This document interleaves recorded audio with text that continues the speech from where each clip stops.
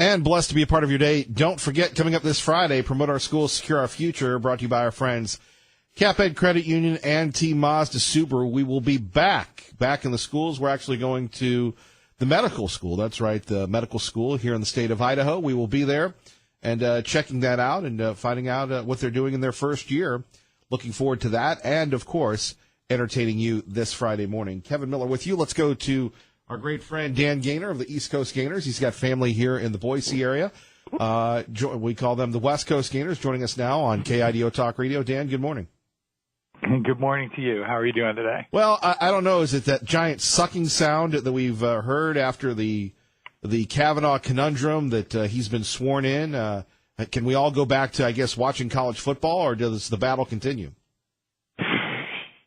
No battle ever ends in Washington, but now more than ever, that's the case. And in a big way, the left is going to try to go after Kavanaugh, and honestly, I expect them to go after Justice Thomas as well. I think they sense that the Me Too movement can be weaponized to their own desires and use it to take down pretty much anybody they want, anybody who's. And you notice how quickly the narrative has expanded. Before Kavanaugh, the narrative was evil white men. Now, okay, Kavanaugh always an evil white man. Now, afterwards, now you see the left throwing white women under the bus as well. That you see the New York Times running a piece where white women are referred to as gender traitors. So if you back the right in any way, shape, and form, you're now going to be destroyed. So look for more of that. So I expect that you'll see them going after Kavanaugh, going after Justice Thomas. If the Democrats win the House, you'll most assuredly see investigations of both of them. Investigation of Trump, investigation of Kavanaugh. I don't see why they wouldn't go back to the Anita Hill thing, because they can. And then if they win the Senate, you can expect that Trump won't ever get anybody else approved. Anybody. That's it. I mean, it's done. Well, one of the things that gets me, though, is gender traitors. Can you expand on that a little? Well, if you back what did the one outlet refer to Kavanaugh as, McRapey? If you back him, then you are a gender traitor. So if you're the prosecutor who ended up asking Blasey Ford questions, you're a gender traitor. If you're Collins, who voted for Kavanaugh, gender traitor. And so they're both white women, so that narrows it down. There you go. This is the left gearing up so that Cory Booker, Kamala Harris, one of the two of them are in my opinion, the most likely candidates for Democrats in 2020, and they want to make sure that you are a minority. You can't be a white male, and now I think the new rule is you can't be a white female. So I think that it wipes out Elizabeth Warren, although despite her alleged Native American roots, and you can fill in your jokes here. Dan Gaynor joining us, Media Research Center. Kevin Miller at KIDO Talk Radio and KIDOTalkRadio.com. Let's talk about the overall health this detrimental vibe the Democrats have. You're basically saying that white men and white women are irrelevant, are evil, are second-class citizens, and it's really not the message of the civil rights movement, is it? No, it's not. And it's the message of people who wore brown shirts in the 1930s. Or the message of previous Democrats who wore white sheets and pointy hats. That people of a certain race are bad. So, Democrats don't change. Left doesn't change. They just put on new outfits. And so if they're going to target new groups of people, you see the terms that they use. One of the ways in which social media is enlightening is look for I really encourage people to do this. Go on Twitter particularly and search for hashtag white people, white men, something like that. Look at the things that are said on Twitter. And remember, this is an organization that claims it produces healthy conversation. and then look at the vicious things that are said about white people on Twitter. Never be said about any other racial group. Couldn't be said about any other racial group. But get away with it. There are similar things on Facebook. Antifa has accounts in both locations. But heaven help you if you're somehow offensive to the powers that be, because then you're banned. It does seem to be scary, though, when you have universities talking about white privilege, white people are evil, we need to do something about them, and I'm still thinking, well, the majority of the country is white. The left is working actively to change that. And I mean, you saw, I don't know if you probably saw the report that came out. It may have come from Harvard. It was a detailed analysis of illegal immigration, where we found out basically everybody's been telling us about the illegal immigration numbers has been lying to us. It turns out 11 million is not true. It's closer to 22 million for illegal immigrants. So imagine for 1 second that the next president of the United States agrees to an illegal immigration plan that legalizes everybody here illegally. What does that America look like politically? And I can guarantee you it's a one-party state. Well, not only that, but I mean, you have the left openly cheering on their official media outlet, MSNBC, not to be confused with CNN, talking about the diversification of America. We can't wait till white people are the minority. And I don't mean to say that as an alarmist, as a racist, but it's just what they say. And I'm thinking to myself, you know, we are a flawed country, like we're flawed individuals, but we're pretty darn good, and we seek to correct our sins, and yet you have people openly, whether it's Morning Joy or Joy Bear or anybody else. Joy Reid. Thank you, Joy Reid. Yeah. And I'm thinking to myself, Dan, I don't know what I did as a white male who loves America, who, you know, loves diversity, did to deserve this, but they openly rejoice about this, and, you know, they poke fun at the president and all this. I'm thinking there has to be something I'm missing with this. No, there doesn't. It's racism. It's racism if any racial group targets another racial group. Any person targets another racial group. You know, so you could, if all you have to do, and we'll just cite the Sarah Jeong tweets, this woman who's member of the editorial board for New York Times, when she tweeted out awful things about white people, she was allowed to stay up on Twitter. When Candace Owens came and retweeted the same comments, but changed the nouns from white people to, I can't remember what other groups she changed it to, she was instantly suspended. Mm-hmm. The way to understand it is simple. Back in the 60s and 70s, China went through what is known as a cultural revolution. They tore down thousands of monuments and killed a couple million people. That's what the left wants. In the course of that, they wiped out history they didn't like, created history they did, and new people took over. Liberals, when you go back to Martin Luther King's time, he was talking about everybody being equal. He was talking about people being treated equally based on their character, not the color of their skin. That's entirely not what the left wants now. The left wants to, overthrow the patriarchy, replace it with their own, I guess, whack-archy or something like that. Some sort of crazy lunatic fringe group leading things. They feel they've been the downtrodden. Now they want to make other people the downtrodden. Right, and one of the great sites that you have at the Media Research Center, Newsbusters, we use it all the time, newsbusters.org. You have a guest on MSNBC that, frets over 1,000-year Reich after Kavanaugh confirmation. And you're thinking this person is given legitimacy and credibility and not challenged on their outrageous remarks. Yeah, there's a lot of that. Sometimes it comes back to bite them. We saw that with Michael Avenatti. The press credentialed Michael Avenatti for months with the creepy porn lawyer, for people who get his name. Tucker Carlson. They credentialed him for months by putting him on TV and talking about Stormy Daniels' book, etc.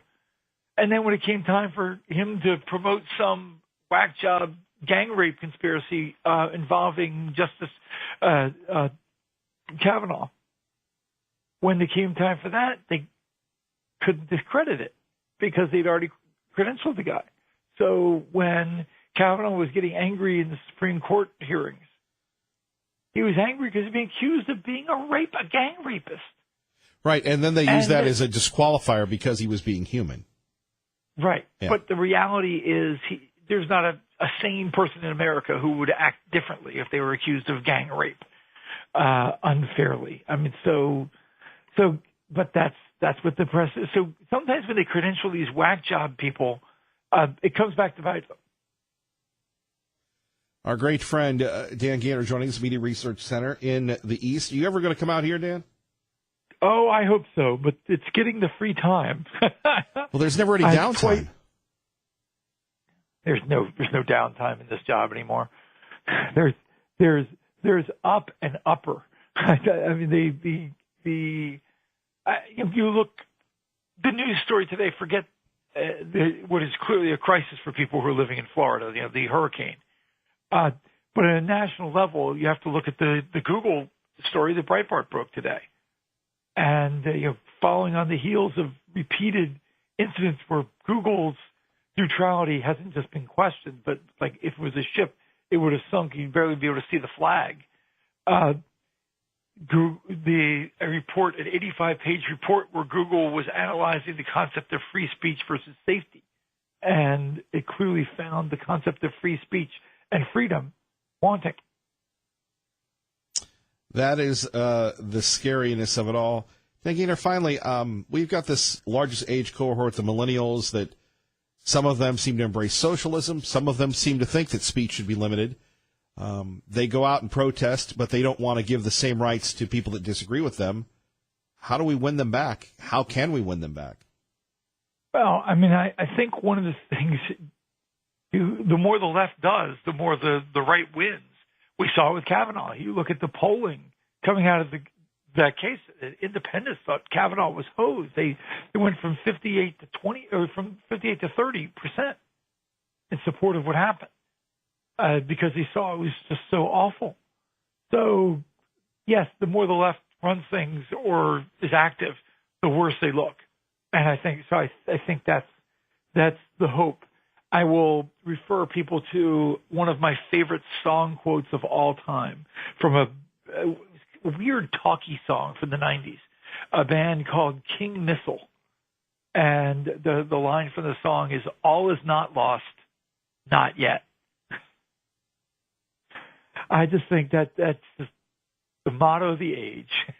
Well, I'm with you, and since you pointed me to Drudge, I'm looking at the first look at the lesbian Batwoman. Oh, yes. I've already seen the lesbian Batwoman. God help me. If that's not a sign of the times, I don't know what is. Dan Gaynor, we appreciate you and the fine work at the Media Research Center. Hello to the West Coast Gaynors. Hello to the East Coast Gaynors. You have a great day, sir. Thanks. Take care. All right. Dan Gaynor with us. Kevin Miller in the morning. Phone numbers 580-5436, 580-KIDO, 107.5 FM, 580 AM. Let's go to Boise and speak with Pete. Pete, good morning. You're on KIDO Talk Radio. Good morning, Mr. Miller. How are you? I am living the dream. Well, I'm very happy to hear that. I'd love to just chat briefly about Idaho's fascinating race for governor. And I only know Brad Little slightly. I've always liked him, but I feel he's totally outmatched this time by Paulette Jordan. Now, Pete, I would never be accused of wanting to cut people off that I disagree with, but I'm just going to sit here and ask you to explain that. And I want you to have as much time as possible to explain why Brad Little, and please don't let me know if I'm putting words in your mouth, is going to lose to Paulette Jordan. Well, he's not only going to lose, it'll be very, very decisive. The reasons are numerous. The old saying, always a bridesmaid, never a bride, I think that fits Brad Little. more than anything, it's the Idaho Democratic Party. They always like to run old, rich white men, and the Idaho Republican Party has older, richer, whiter men. And this time, Paulette Jordan has gone against the Idaho Democratic Party. She's running her own campaign, and it's she's not an old, rich white man. Isn't that a racist statement to say that, Pete? It's an accurate statement. I don't see it as being racist. Well, it's ageism and it's racist. You're saying someone is old. Does that mean they're not qualified? And because they have money, that means they should be disqualified as well? I believe Paulette has some money. Well, no, I'm talking about you calling Brad and the Democrats old, rich white men. I also called the Idaho Democratic Party candidates old, rich white men. So I don't.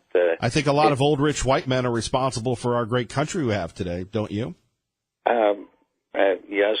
I really don't care to argue with you. I'm not arguing, Pete. I can't roll over the whole time, but I'm going to be quiet. And so I want you to, again, lay this out because, as you know, probably, sir, 95% of the audience disagrees with you. But we all want to hear what you have to say, sir. So I'm going to turn off my. Okay. Paulette Jordan's campaign is picking up momentum with young people, and it's fascinating to watch. And the debate with Lieutenant Governor Little and Paulette Jordan is Monday, October 15th, and my belief is that that'll be a turning point in this election. And I'm trying to get as many bets down as I can on Paulette Jordan before the odds change. And I was actually interested, I don't know if you're a gambling person, in betting $20, me taking Paulette and you taking Brad Little. I'll bet you either lunch or dinner at Ed's 50s Cafe or at the Indian Creek Steakhouse in Caldwell. Either or, we'll do lunch or dinner. Probably lunch. Is it the first place here in Boise? We can find a place in Boise. We could do Dave & Buster's in Boise. Okay. Well, you're on for lunch. Okay. And I've never actually had a chance to meet you, and I would love to. And I find your program very interesting and informative. And if I only listen to people who I agree with, then I don't learn anything. And I learn a lot from listening to you. Well, Pete, we're going to learn a lot. You're about ready to learn a lot of what people have to say about you in a minute here. Well, thank you so much for your time, and you have a wonderful Wednesday morning. Win, lose, or draw, Pete, we'll do lunch, okay? That sounds like a deal. All right. Bye-bye. Bye-bye. All right, Pete has given us a great topic. He says it's over for the, quote, old rich white men. Paulette's on a roll. Why he might have a point next with me. Kevin Miller, KIDO Talk Radio. You cannot be civil with a political party that wants to destroy what you stand for, what you care about. That's why I believe if we are fortunate enough to win back the House and or the Senate, that's when civility can start again. But until then, the only thing that the Republicans seem to recognize and respect is strength. And there we have it. She's back. America's darling, Hillary Clinton. November 6th is coming. November 6th is coming. November 6th is coming. November 6th is coming. Hey, how about a little inflection? All right, before we get to David and Max, let's get to you. Traffic and weather together. Larry Gabbert. Thank you, Larry. Let's go to David in Nampa. David, good morning. Yes, good morning. This is really horrifying. The left used to say, and of course they didn't mean it, but they used to give lip service to disagree with what you say, but will defend to the death your right to say it. Now it's hashtag punch Nazi, a Nazi being anyone you disagree with. Hashtag hunt Republicans. Is that what she wants? You know, Ravi Zacharias said something. In England, they drive on the left. In America, they drive on the right. And in India, they drive in the shade. And if you've ever seen the episode Ice Road Truckers where they went to India, technically they drive on the left because of the British, but they drive any which way.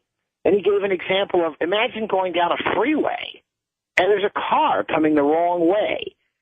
And he asked his cab driver, what is that? And he said, oh, well, his village must be on this side of the highway, but there's no off-ramp, so he'd have to go for miles around. Okay, so it's basically his world and we live in it. That's the secret. See, the left wants some political messiah. They'll fix it. They'll make everything right. People, Americans, understand this difference. Civilization is millions and millions of people, but especially me, being civil.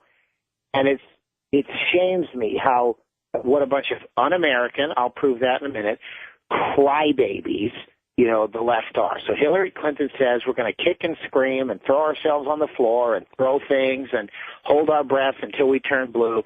And then when we get everything back, then we get what we want.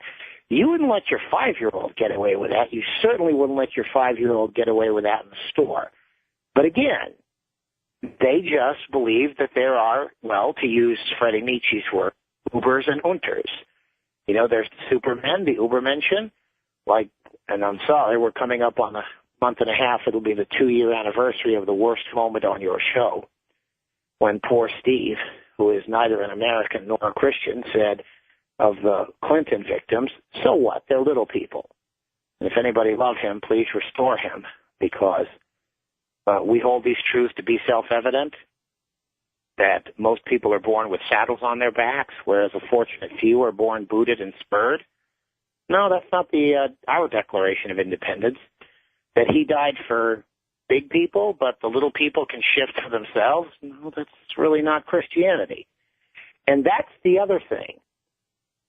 Our philosophy, our country's philosophy, assumes, and was it Gary Habermas who was in a debate with Anthony Flew, the atheist, who kind of believed in God? He said, Tony, you're sitting in God's lap in order to slap his face. You know what I'm saying? Yep, great point, David. Thank you. Let's find out what's happening in your world. Good morning, Dave. Good morning, Kevin. To Capitol Hill, Rachel Sutherland, Fox News Radio on KIDO Talk Radio. And just when we thought it was going to be a little reprieve, Nikki Haley resigns. Good morning, Rachel. Hey, good morning, Kevin. Yeah, it was a big surprise for the Washington Press Corps. Apparently not such a surprise for people inside the White House, which is a surprise in itself because usually there's all these leaks going on. But in this case, we didn't know about this, and we have Nikki Haley, stepping down by the end of the year as U.S. Ambassador to the UN. Boy, and she already squashed speculation that she would not be running for president. Kind of wild. Do you remember your time in South Carolina? Maybe it was after when she became governor. She was really she took on the establishment, well entrenched in that state, was really a reform-minded governor, and then went to the UN and now done. Your thoughts? Well, my first thought is that she's not really done. I think that Nikki Haley has a bright future ahead of her. She was very popular in her position as ambassador to the UN. A lot of people on the Hill were sad to see her go. The president says he's sad to see her go. Then you point out she tamped down speculation she would run in 2020, and she'd be supporting President Trump, but that doesn't rule out something in the future. She may be going to regroup and kind of think about her future because she obviously is capable. People liked her in her role. She was the first female governor of South Carolina. And I just think that she could probably have any job she wants. And I just get this feeling we haven't seen or heard the last of Nikki Haley. And unlike other people, she never really crossed swords with the president, even though she supported Marco Rubio in the primary. That's right. And you'll remember before the South Carolina primary, she actually spoke out against then candidate Trump, saying that he's not the candidate that we need. Eventually, she did get on board with the Trump agenda and then got on board with the administration. But she did, on occasion, stand up to President Trump. But, she chose her battles carefully. It wasn't something that she did all the time. But she seemed to have, her own mind, a backbone, but did it in a way that was respectful. And the president seeming to respect her as well. And so they really appear to depart as friends, and he said that she could come back and pretty much have any job she wants. Wouldn't that be great when you'd leave a job in radio? That never works that way. Rachel, what about, the president made a joke, and Fox News Radio picked up on it yesterday, that he'd prefer Ivanka. Now, he was just joking, but it was a moment of levity in this. Who do you think is going to replace Nikki Haley? Well, there's some names being bandied about. The president says he's got a short list of about 5 names. One we know of is Dina Powell, who's the Goldman Sachs executive and former deputy national security advisor. We're also understanding the president would consider Rick Grenell, who's the current U.S. ambassador to Germany, but he's also kind of said, don't really want to move him away from where he is now.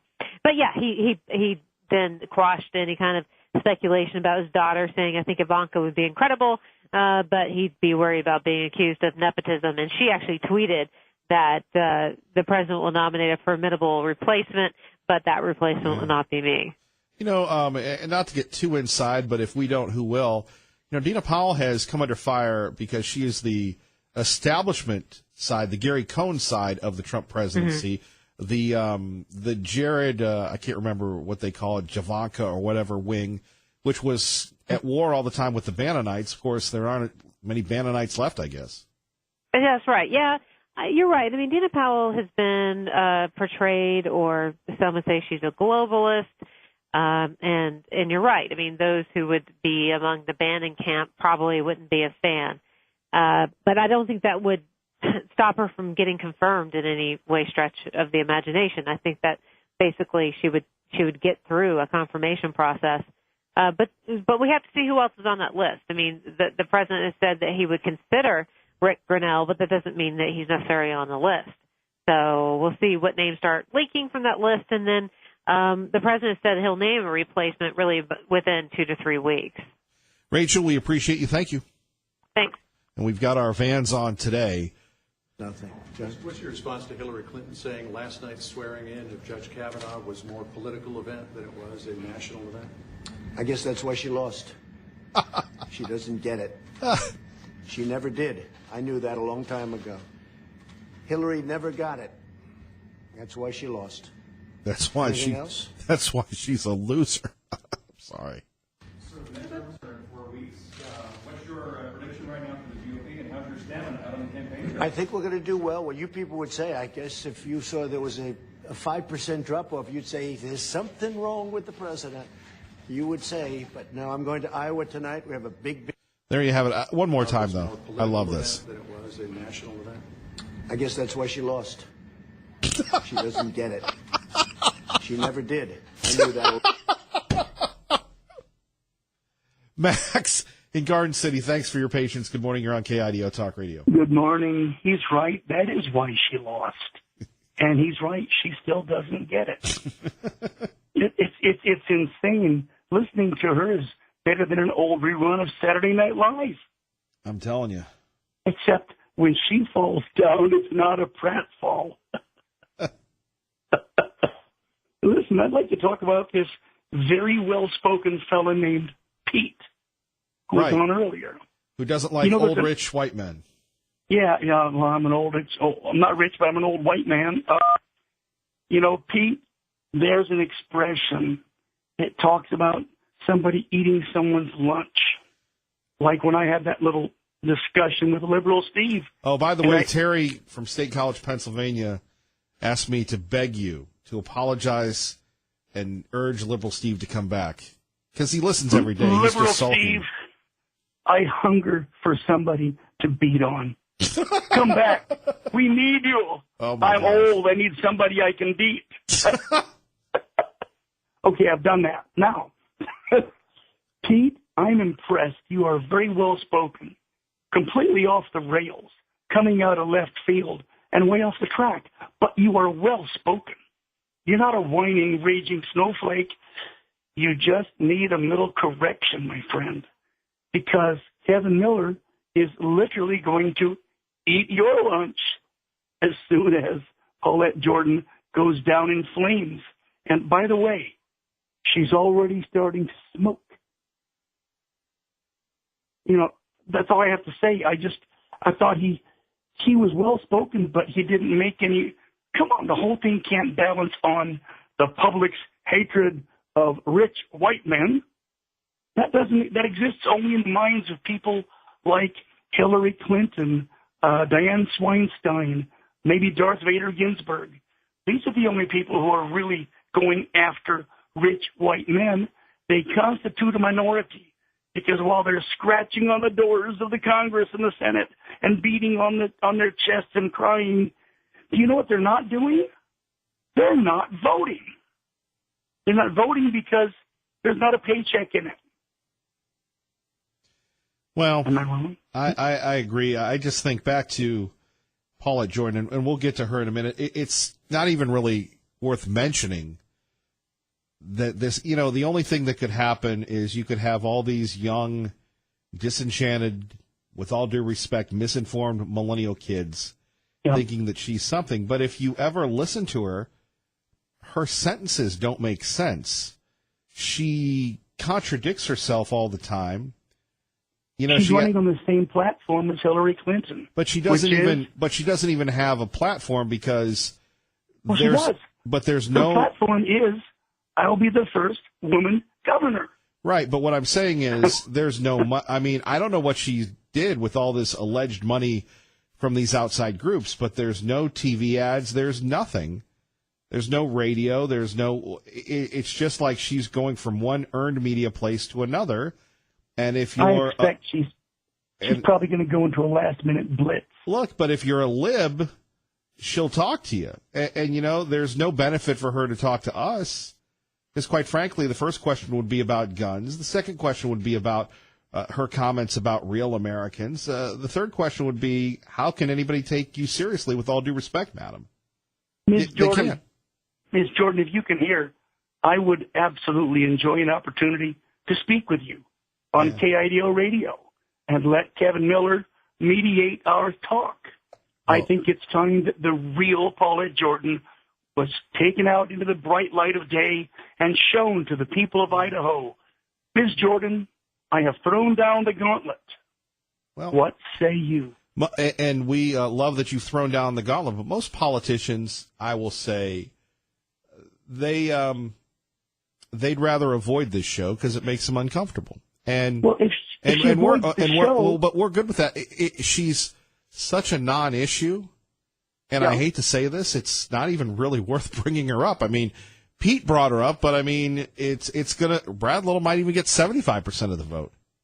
Well, I agree. Brad Little is going to absolutely stomp her into the mud in this election. But I know this, Ms. Jordan, if you aren't going to address this situation on KIDO, then I say that you are not a Democrat. You're a member of the party. Max, you have the last word. Thank you. Thank you, sir. We're just building bridges all over, aren't we? 580-5436, 580-KIDO. Kevin Miller in the morning as we move along. And, again, the governor, I mean, we might as well not even hold the election. The governor's race is over. The congressional race is over. Okay, the lieutenant governor, maybe the state school superintendent race might still be contested. But everything else is done, isn't it? We'll talk about it next. Kevin Miller, KIDO Talk Radio.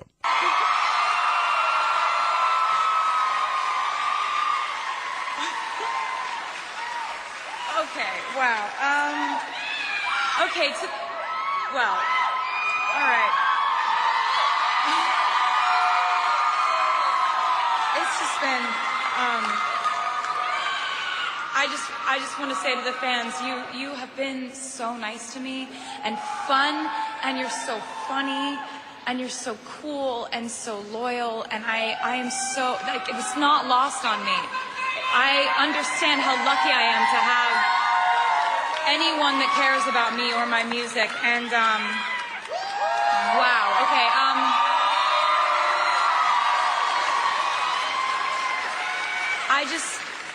every time that you have made me lucky enough to ever get to stand on a stage and have something really sparkly in my hands and say thank you, every single time this happens, it means something differently to me. It means something different every time. It represents something different. And this time, I just want you to know it represents encouragement and motivation for me to be better, work harder, and try to make you guys proud as much as I possibly can. And by the way, this is Taylor Swift from last night's American Music Awards. She was Artist of the Year. And you notice there's a lot of I guess it's a millennial thing. Wait for it. so thank you for this incredible symbol of encouragement. Thank you so much for this. And I just wanted to make a mention of the fact that this award and every single award given out tonight were voted on by the people. And you know what else is voted on by the people? Is the midterm elections on November 6th. Get out and vote. I love you guys. There we have it, of course, Taylor Swift coming out as a liberal 2 or 3 days ago. Can't we just have entertainers sing the music, Johnny B? Pete in Mountain Home, thanks for your patience. Good morning. You're on KIDO Talk Radio with Kevin Miller. Hello, Pete. Thank you, sir. I am an old white guy, and I would like to take Pete from Boise up on his offer of a bed, and I got $500. Says Brad Little is going to, clobber her. And for people just tuning in, Pete from Boise, or we'll just call him Boise Pete, not to be confused with Pete from Mountain Home, said that Paulette Jordan is going to wipe the floor with Brad Little because Brad Little, like everybody, is an old white guy, old rich white guy. And what I'd like you to do when you collect your lunch from him, get $500 for me, would you? Do I get a commission on that? You bet. Absolutely. Yes, sir. A finder's fee. Put it with you. Hey, but look, Pete, you're a serious guy. This race is not even worth talking about. I hate to say it. I love politics. I can talk about the primary forever. Yesterday we're wondering what Dr. Ahlquist is going to do. What's Tommy's next move? And you get more mileage out of that than the Jordan campaign. Yeah, as far as I know, she is running on the fact that she is the only real American, and she's a woman. And, it's just like, you should vote for her. Well, I think that's your platform. I really don't know, but here's the other one. She makes a lot of statements like, we can do better. Really? What's your plan? We're going to fund education more. Really? Where's that going to come from? We can do better. And you're going, does anybody else see the Empress has no clothes? Well, it's sort of like listening to that socialist back in the Bronx. It's just total gibberish, really. And I'd like to also point one other thing out. Listening to the news, the ABC, NBC, Fox, whatever, yesterday, last night, and this morning, Dr. Ford's out of the news, gone. But gone, not forgotten. Pete, thank you. Thank you. And I'm Kevin Miller here. Coming up, Fox News on your home for Fox News on the radio, KIDO Talk Radio. Don't forget, we're going to be at Idaho's first medical school this Friday, promoting our schools, securing our future, thanks to our friends at CapEd Credit Union. Stay tuned, stay informed. 107.5 FM, 580 AM, KIDO Talk Radio.